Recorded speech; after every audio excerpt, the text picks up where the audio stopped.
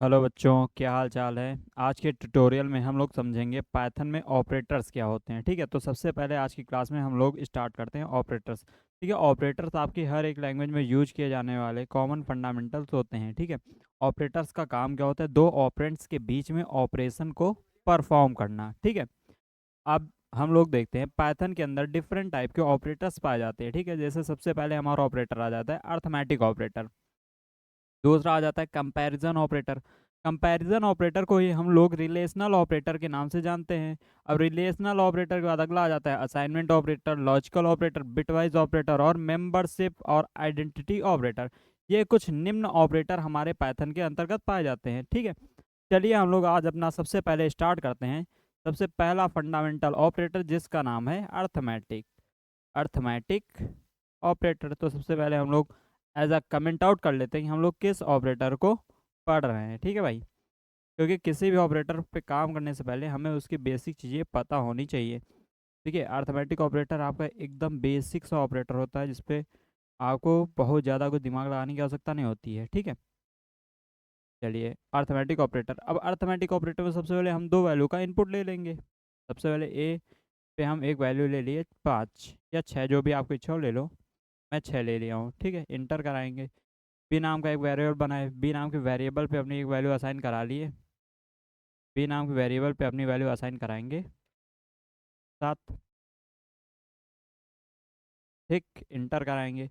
अब हम लोग सबसे पहले अपना ऑपरेशन परफॉर्म कराएंगे, प्रिंट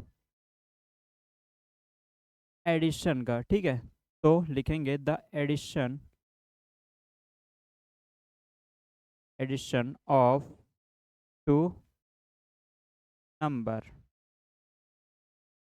ठीक, double quotes comma A plus B, क्योंकि हम पढ़े हैं एडिशन का सिंबल क्या होता है, प्लस होता है। ठीक है, इंटर कराएंगे। अब इसका सबसे पहले हम लोग कंट्रोल एस करेंगे, F5 शॉर्टकट की प्रेस करके इसका आउटपुट देख लेंगे। तो भाई देखिए हमारा 13 आ गया, जैसा कि आना चाहिए था। 7 और 6 का जब जोड़ेंगे तो हमारे पास 13 ही आएगा। ठीक है, सेकंड, अब हम इसी लाइन को कॉपी कर लेते हैं। ठीक है, इसी लाइन को कॉपी कर लेंगे, इंटर करेंगे, कंट्रोल भी करेंगे। अब हम लोग यहाँ पे आगे लिखेंगे, आगे लिखेंगे सब्ट्रैक्शन। ठीक है, subtraction of two numbers A minus B. Subtraction of two numbers, control S करेंगे, F5 शॉर्टकट की प्रेस करेंगे, देखेंगे हमारे पास सब्ट्रैक्शन हो जाएगा। जो हमारी रिमाइंडर वैल्यू बचेगी वो हमारे पास आ जाएगी। ठीक है, इसी तरह हमारा अगले ऑपरेशंस हैं, उन सभी पे हम लोग बहुत ज़्यादा थ्योरी नहीं लिखते हुए सीधा ऑपरेशन परफॉर्म कराते हैं। ठीक है, प्रिंट, ये ऊपर के मैं हटा दे रहा हूँ अर्थमेटिक ऑपरेटर। ये जो हमारे ये और अर्थमेटिक ऑपरेटर है, तो मैं इनको हटा दे रहा हूँ। ठीक है भाई, उसके बाद अगला हमारा आ जाता है अर्थमेटिक ऑपरेटर डिवाइड का। ठीक है, ए, या तो हम ए को सबसे पहले हम ए को डिवाइड कर रहे हैं बी से।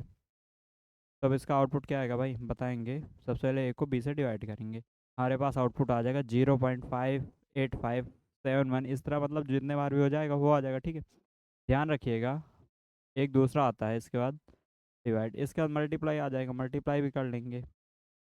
ठीक है, अर्थमेटिक ऑपरेटर जैसा कि मैं पहले ही बता चुका हूँ एकदम सिंपल होता है, इसमें आपको कोई बहुत बड़ी रॉकेट साइंस नहीं लगानी होती है। ठीक है, इतना हो गया आपका। चलिए आगे चलते हैं। अब इसके बाद हम लोग फ्लोर डिवीज़न लगाएंगे। ठीक है, डिवीज़न और फ्लोर डिवीज़न दोनों डिफरेंस क्या होता है ये अभी मैं आपको बताता हूँ। ठीक है, फ्लोर डिवीज़न का काम क्या होता है भाई? फ्लोर डिवीज़न क्या करेगा, ये भी हमें वैल्यू बताएगा कि हमारा कितना मतलब डिवाइड हो रहा है, कितने टाइम हो रहा है, हमारा भागफल क्या है। लेकिन ये आपका उसी फॉर्मेट में आउटपुट रिटर्न करेगा जिस फॉर्मेट में आपका इनपुट होगा। यदि दो वैल्यू हमारी इंटीजर हैं तो जो हमारा आउटपुट आएगा इंटीजर आएगा। यदि हमारी दोनों वैल्यू फ्लोट हो, यदि हमारी दोनों वैल्यू क्या हो भाई, फ्लोट हो, कंट्रोल यस करेंगे, F5 करेंगे, तो हमारे पास जो आउटपुट आएगा वो भी आएगा फ्लोट वैल्यू।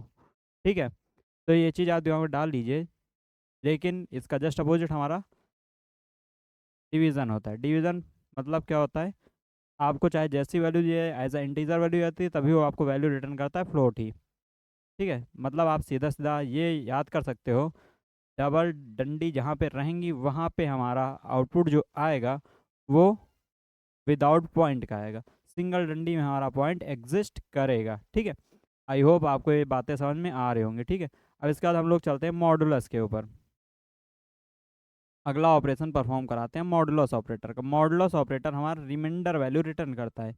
रिमाइंडर वैल्यू का मतलब क्या हुआ, इसको हम थोड़ा सही कर लेते हैं क्योंकि समझ में और अच्छे से प्रॉपर्ली आएगा।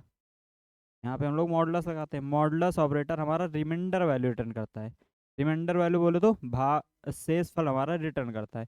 जैसे अब हम यहाँ पे 7 को 6 से डिवाइड करेंगे तो हमारे पास एक रिमाइंडर बचेगा, ठीक है। तो आई होप आप सभी को इतना समझ में आ गया होगा। अब जैसे इस पावर को हम थोड़ा कम करते हैं, जैसे इसको इसकी वैल्यू 2 रखते हैं और इसकी वैल्यू 3 रखते हैं, ठीक है। यहाँ पे हम लोग एक्सपोनेंट, जिसको हम लोग पावर बोलते हैं, पावर लगाते हैं। पावर का साइन क्या होता है भाई, डबल मल्टीप्लाई का साइन, ठीक है। कंट्रोल एस करेंगे, F5 करेंगे, हमारे पास आ जाएगा 2 की पावर 3 का मतलब क्या होता है, 2 की पावर 3 का मतलब क्या होता है, 8 होता है, ठीक। तो यहाँ पे हमारा हो जाएगा।